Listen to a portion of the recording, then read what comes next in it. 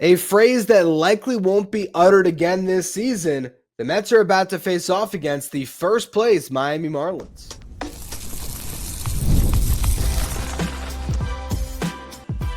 You are Locked On Mets, your daily New York Mets podcast. Part of the Locked On Podcast Network, your team every day. Hello to all you amazing Mets fans. You're watching Locked On Mets, part of the Locked On Podcast Network, your team every day. I'm your host, Ryan Finkelstein. If you want to find any of my work, follow me on X at FinkelsteinRyan. You can also find some of my writing at justbaseball.com, where I work as the managing editor. Today's episode is brought to you by FanDuel. Right now, new customers can get $200 in bonus bets when your first $5 bet wins. Look at the NL East standings after one weekend of play. Who's in first place? Funny enough, the Miami Marlins, who took 3 of 4 from the Pirates, with each of those wins coming in walk-off fashion. You had the Phillies, who beat the Nationals over the weekend 2-1. The Mets obviously lost to the Astros. 2 games are there at 1-2 after losing 2 of 3. And then you have the Atlanta Braves, who have started the season 0-4. I would love to get used to the Braves at the bottom of this division. I wouldn't anticipate that continuing for too much longer, although they started the season in San Diego where they got swept in the 4 games, and now they go to LA to face an undefeated Dodgers team who are 5-0. So you never know. Maybe the Braves are going to match the Mets 0-5 start from last year. Maybe they'll go 0-6. Maybe they'll go 0-7. After that, they're going to face the Marlins at home in Atlanta over the weekend next week. So I'm sure this week, I'm sure they'll start to get back to their winning ways. I don't think that we can really take anything from any of these teams' start to the season. It's been one series, but the Marlins are feeling good about themselves. They had a great pitching matchup to sell to their fans on opening day, maybe the best in baseball, Paul Skeens versus Sandy Alcantara, a matchup that lived up to the billing through 4 innings as Sandy took a no-hit bid into the 5th. Skeens allowed 1 run on 2 hits through the first 4, but struck out 5 across that span. 5th inning, Sandy gets tired, ends up giving up 2 runs before getting pulled with 2 outs. Skeens stayed strong through 5, watched his team add a couple more runs off the Marlins bullpen in the top of the 6th. Bottom of the 6th, he lost his command, walked a couple batters, got pulled after recording just 1 out in that 6th inning. Marlins end up scoring on a pass ball, make it a 4-2 game. Bottom of the 8th inning, the Marlins tied it up with a 2-out, 2-run rally. Bottom of the 9th inning, Nick Fortes, the usually light-hitting catcher, hit a leadoff triple off of Pirates closer David Bednar, a guy that might not be their closer much longer, who really struggled in this series, really struggled last year. So it was definitely a storyline that probably led a little bit to all the walk-off magic for the Marlins. But regardless, Fortes on third base, Xavier Edwards up. The Pirates intentionally walked the one hitter that you should fear in this Marlins lineup, a guy that hit well over 300 last year. They get Kyle Stowers up to the plate, a guy that has not had much big league success, and yet he delivers the first walk-off hit of the season for the Marlins. Game 2 was another close one. Marlins again battling back. They were trailing 4-1 in the 9th inning. Again, it was Bednar pitching. Otto Lopez hit a 2-run homer to make it close before Bednar settled in to get the save. Game 3 was back and forth. Marlins and Pirates traded runs 3 times through the first 9 innings, then traded runs again in the 11th inning. But in the 12th inning, the Pirates did not score. The Marlins loaded the bases for Dane Myers, who got a walk-off single to give the Marlins their second win of the season. Then today on Sunday, Game 4, low-scoring affair. Marlins were trailing the Pirates 2-1 in the bottom of the 7th inning. Griffin Conine comes up with 2 outs, hits a game-tying home run, which was a really cool moment because before the game, his dad, Jeff Conine, Mr. Marlin, was the inaugural member of the Marlins Hall of Fame, just got inducted, and then his son, bottom of the 7th, close game, ties it up. Marlins end up walking it off in the 9th as David Bednar was pitching again, gives up an infield hit to Derek Hill, who stole second base, advanced to third on a bad throw. Then he scored on a wild pitch. So that one was a gift walk-off from the Pirates, but nonetheless, 3 wins in 4 games and all of them walk-offs. Marlins fans are excited right now. They're having fun. This is not to say the New York Mets should fear the Miami Marlins by any stretch of the imagination. Look at these 2 lineups. when they are released today and the lineup cards come out, you're going to see Xavier Edwards and a bunch of guys you may not have ever heard of on the Marlins side. And on the Mets side, you're going to see Francisco Lindor, Juan Soto, Pete Alonso, Mark Vientos, Brandon Nimmo, the whole squad. The Mets have a much better team. I think in 2 of the 3 pitching matchups, they have an edge. The Marlins, though, are riding a little bit of momentum. And the only thing that is noteworthy about that is it's always interesting when you face a team and what kind of context that puts on your record at the end of the season. At the end of the year, the Mets will play the Marlins 13 times, and we'll see how they do. I mean, this is a team in your division that you're supposed to beat up on. The Marlins and the Nationals are the 2 teams in this division that you are supposed to win games against, because at the end of the year, that very well could be the difference between the Mets, the Phillies, and the Braves. It's how they played against the 2 bottom dwellers in this division. But 3 of the Mets games against the Marlins are now going to come at a time where they're feeling good about themselves. Doesn't mean that the Mets shouldn't win. It just is to say that this might be a little bit of a friskier Marlins team than you might see, in August when they're 15 games under 500 and they're playing out the string of their season. And some guys have already had a bunch of failure mounted potentially.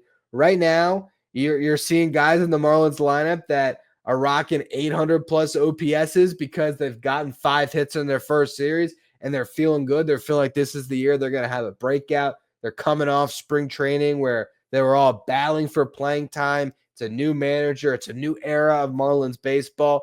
It's just a team that is going to have a little bit more belief now than they would potentially in a couple months when some of the losses have mounted.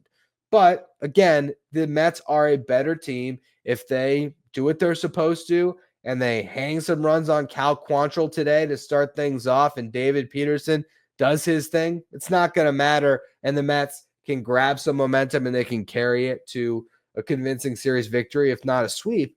But I just thought that it was worth noting this is not a Marlins team right now that is going to be dejected in any way, shape, or form. They are riding high. They're having a blast, and they're going to try to continue and make this a very successful first homestand to start their season.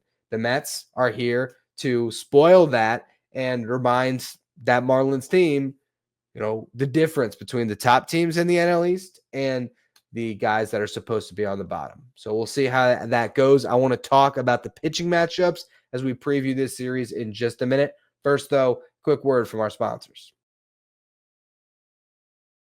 Today's episode is brought to you by FanDuel. March Madness is here, and FanDuel is giving you the chance to get in on the action like never before, because right now new customers can get $200 in bonus bets when your first $5 bet wins. That's $200 extra bucks to use on everything from buzzer beaters to Cinderella stories, even who's cutting down the nets. With tournament games still happening, there's always something exciting to bet on. The FanDuel app is simple to use, and when I win, I get paid instantly. There's no waiting around, so visit FanDuel.com to get in on the college hoops action. You also have the MLB season in full swing, the NBA season still winding down, so there is plenty to look towards over at FanDuel. And remember, if you win your first $5 bet, you're going to get $200 in bonus bets guaranteed. FanDuel, America's #1 sportsbook.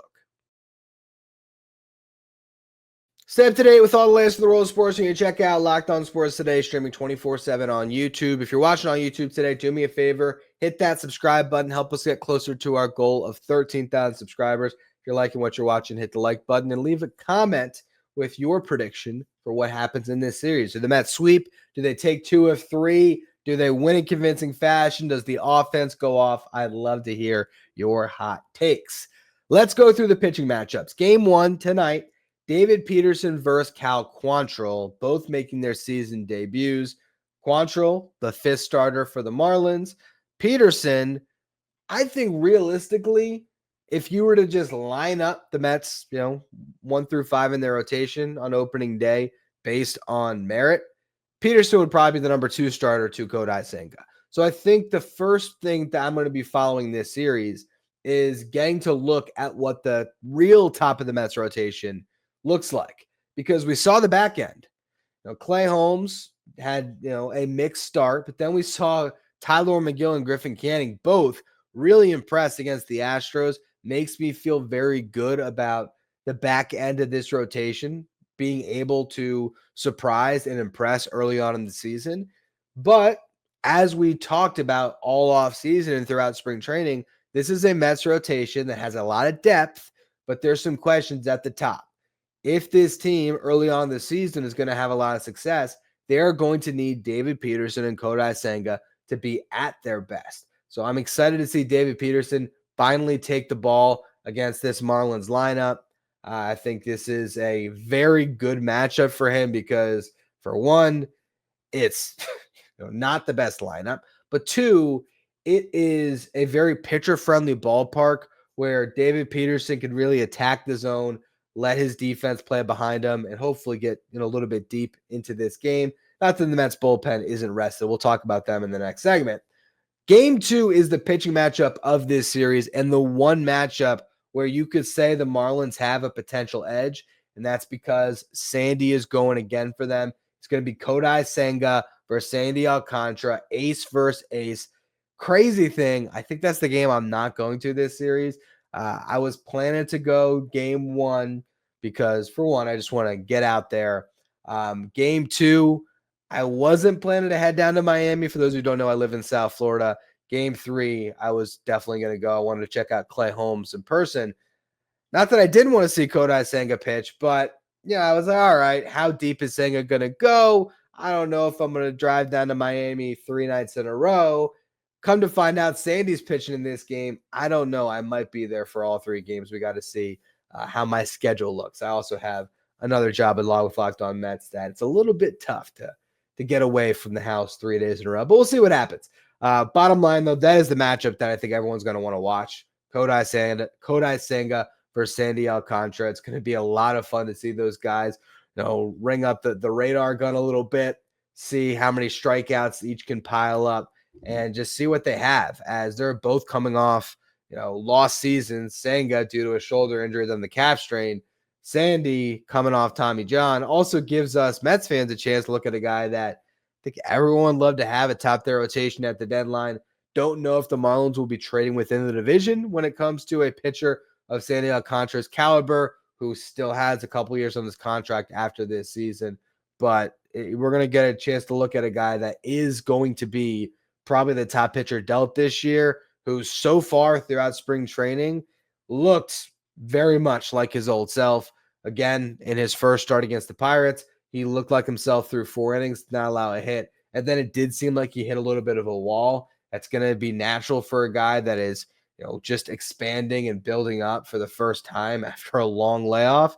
So maybe the Mets can exploit that as well. Maybe they can wear Sandy down a little bit, be a little more patient, foul off pitches, have some deep counts, and maybe you get him out of the game early so you could get into that Marlins bullpen, which held up really well against the Pirates, but the Pirates are not the best offense. I think that this is a Marlins team that you can wear down and hopefully pile on a lot of runs. Game 3 is going to be Clay Holmes versus Connor Gillespie. Connor Gillespie, I believe he gave up, let me look it up exactly. I think he gave up 4 runs in 5 innings pitched in his season debut. I don't know much about Gillespie, to be completely honest with you here. Last year, 3 games pitched, 8 innings, had a 2.25 ERA, 13 career innings pitched, 5 of them coming in his first start this year, where he did give up 4 runs, 3 of them were earned across 5 innings pitched. So that theoretically should be advantage Mets. We'll see what Clay Holmes looks like in that game 3 start. I'm excited to see him, face some more lefties where maybe he works in that kick change a little bit more. I felt like he got very sort of two-dimensional against the Astros, where he sort of fell back on what he used to be as a reliever, where it was just sinker, slider, sweeper, just kind of leaning on the type of an arsenal that we saw when he was a relief pitcher, but we didn't see that four seam up in the zone. We didn't see that kick change. So I'll be curious if Clay Holmes gets back to being the guy he was in spring training, where he, can trust his full new arsenal in that outing. But overall, you look at the Mets versus the Marlins, and I would say it's edge Mets game 1, edge Mets game 3, and Kodai can absolutely duel Sandy. We just have a couple of unknowns there, and I think Sandy has shown more with all the spring training appearances that he had and a good regular season start already, where Kodai Senga was pitching on the backfields a lot. We haven't, fully got the notice of, his mechanics are perfect. He feels like himself again. It's always been a little bit of, he's still trying to work some things out, still trying to get back to that ultimate comfort level. But it's going to be great to watch him against a lineup he should be able to dominate and see what he can do. When it comes to the Marlins hitters, again, Xavier Edwards is the guy to watch. He is, I would say, along with Sandy, one of the overwhelming favorites to be their all-star this year. He last season hit 328, stole 31 bases on 35 attempts. I think that was in like 70 games. It was not a full season to steal that many bases. So you're looking at Xavier Edwards at the end of this season, every chance he could be in that batting title conversation, and he could steal over 60 bases. The other hitters in this lineup that are off to a fast start, so far Xavier Edwards is 3 for 15, so not the best start, not the worst. Dane Myers, 5 for 12, had the walk-off. Derek Hill, 5 for 15, scored the game-winning run off of, as I talked about on Sunday, the infield hit, stolen base, advanced the third on the error, score on the pass ball. So the outfield for the Marlins so far have been very productive. Kyle Stowers, 4 for 12 with the walk-off. Otto Lopez, their second baseman, 5 for 15 with the homer. Nick Fortes shockingly has 2 doubles and a triple. A guy that's usually a dreadful hitter.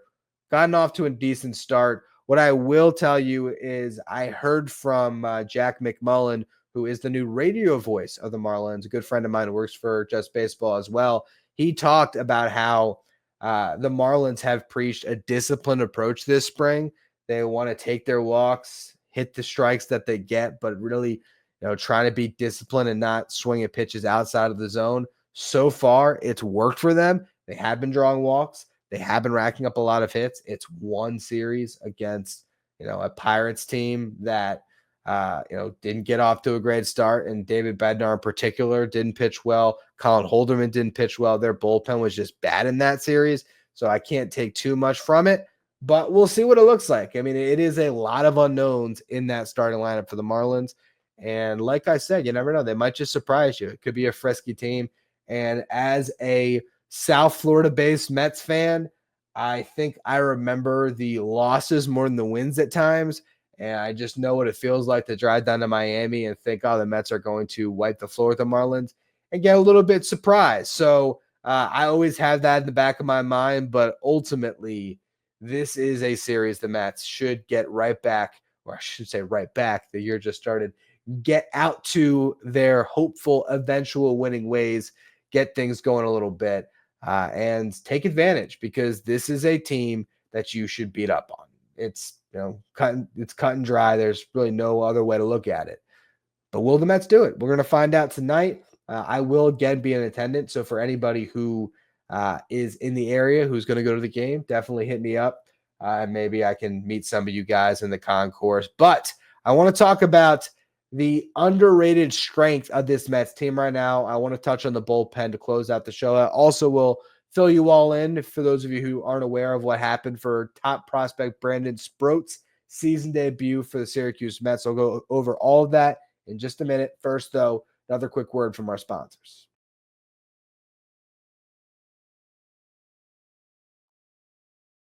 If you are an everyday listener to the show, make sure you become a Locked On Mets insider. This is our texting service where you get updates from me anytime news breaks in the Mets. You can ask me questions anytime. You can take part in our Locked On Mets sign photo giveaways.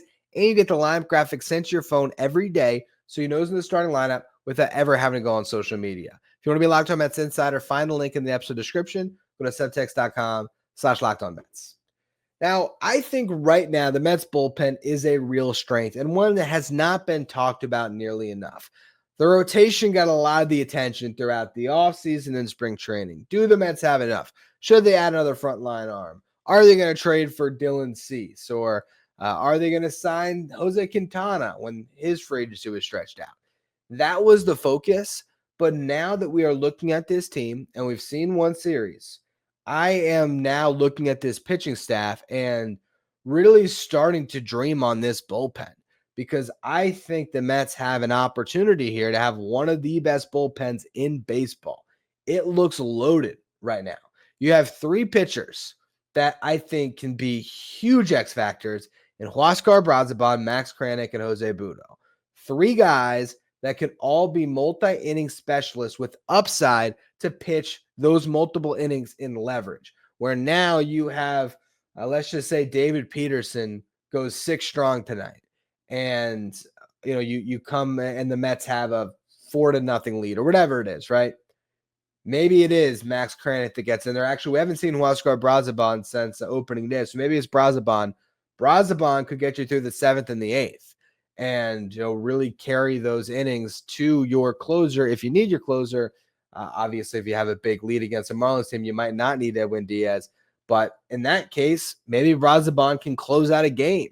If his pitch count is low, you never really know how many outs some of these guys could get.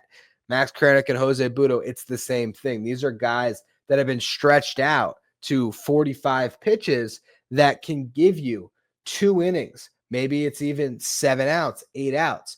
They have the ability to come in, to maybe bail out your starting pitcher and then stay on for multiple frames. That is going to be a huge asset. And because you have 3 of them in the pen right now, it allows you to cycle through these guys and always have one of them fresh. So I love that element to the Mets bullpen. You have AJ Minter and Ryan Stanek, a couple of accomplished veterans who have pitched in high leverage for a very long time to be setup men to Edwin Diaz. You have Reed Garrett, who's got as good as stuff as anybody, who is, I believe, going to fill the role of the fireman, the guy that comes in to put out fires, the guy that can pitch you out of those jams. I love what he can do for this team. You have Edwin Diaz, who is still one of the most electric arms in the game, can be one of the best closers in baseball again. The only weak spot in this bullpen right now, if you can even call it one, is Danny Young. And Danny Young has great stuff. I mean, this is a guy that I was at sometimes last year, one of the few that continued to, beat the drum of this guy's really good. I love the stuff that I'm seeing. He had a couple of really good stretches.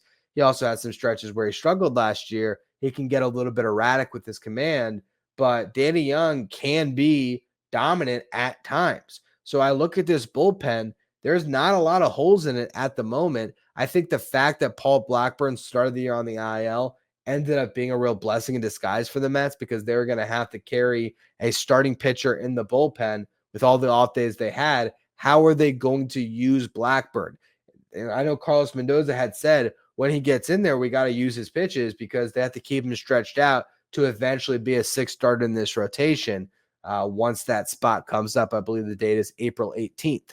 So now starts the year on the IL. It allows you to carry both Brazobán and Kranick, have a full 8-man bullpen. And so for these early weeks of this season, I think the bullpen is even more of a strength that can carry the Mets until their rotation starts to really get into mid-season form and start rolling, especially when you're waiting on Chaminade and Frankie Montas to return off the IL. So I think this is a bullpen right now that can win the Mets a lot of games. They can hold on to leads. They can keep them close in games to allow the offense to come back. I just think it is as well-rounded of a bullpen as we've seen in Queens in a very long time. Now, I want to close the show talking about Brandon Sproat as he made his season debut against the Worcester Red Sox, their AAA affiliate.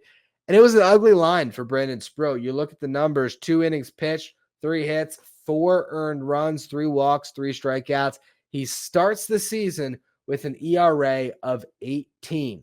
Now, it was 2 innings pitched. And, well, really, it was 2 plus. First inning, issues a leadoff walk, gets a couple outs, then gives up an RBI single to old friend Trace Thompson before getting out of the inning. Second inning, Sproat struck out the side. So that's the Brandon Sproat that we hope to see throughout the season with his absolutely disgusting stuff. Third inning, issues a couple of walks, then gives up a couple of base hits, gets pulled from the game at 57 pitches. Only 32 of those pitches were strikes. So his command got a little bit erratic in this one, and that is something that he obviously has to continue to work on.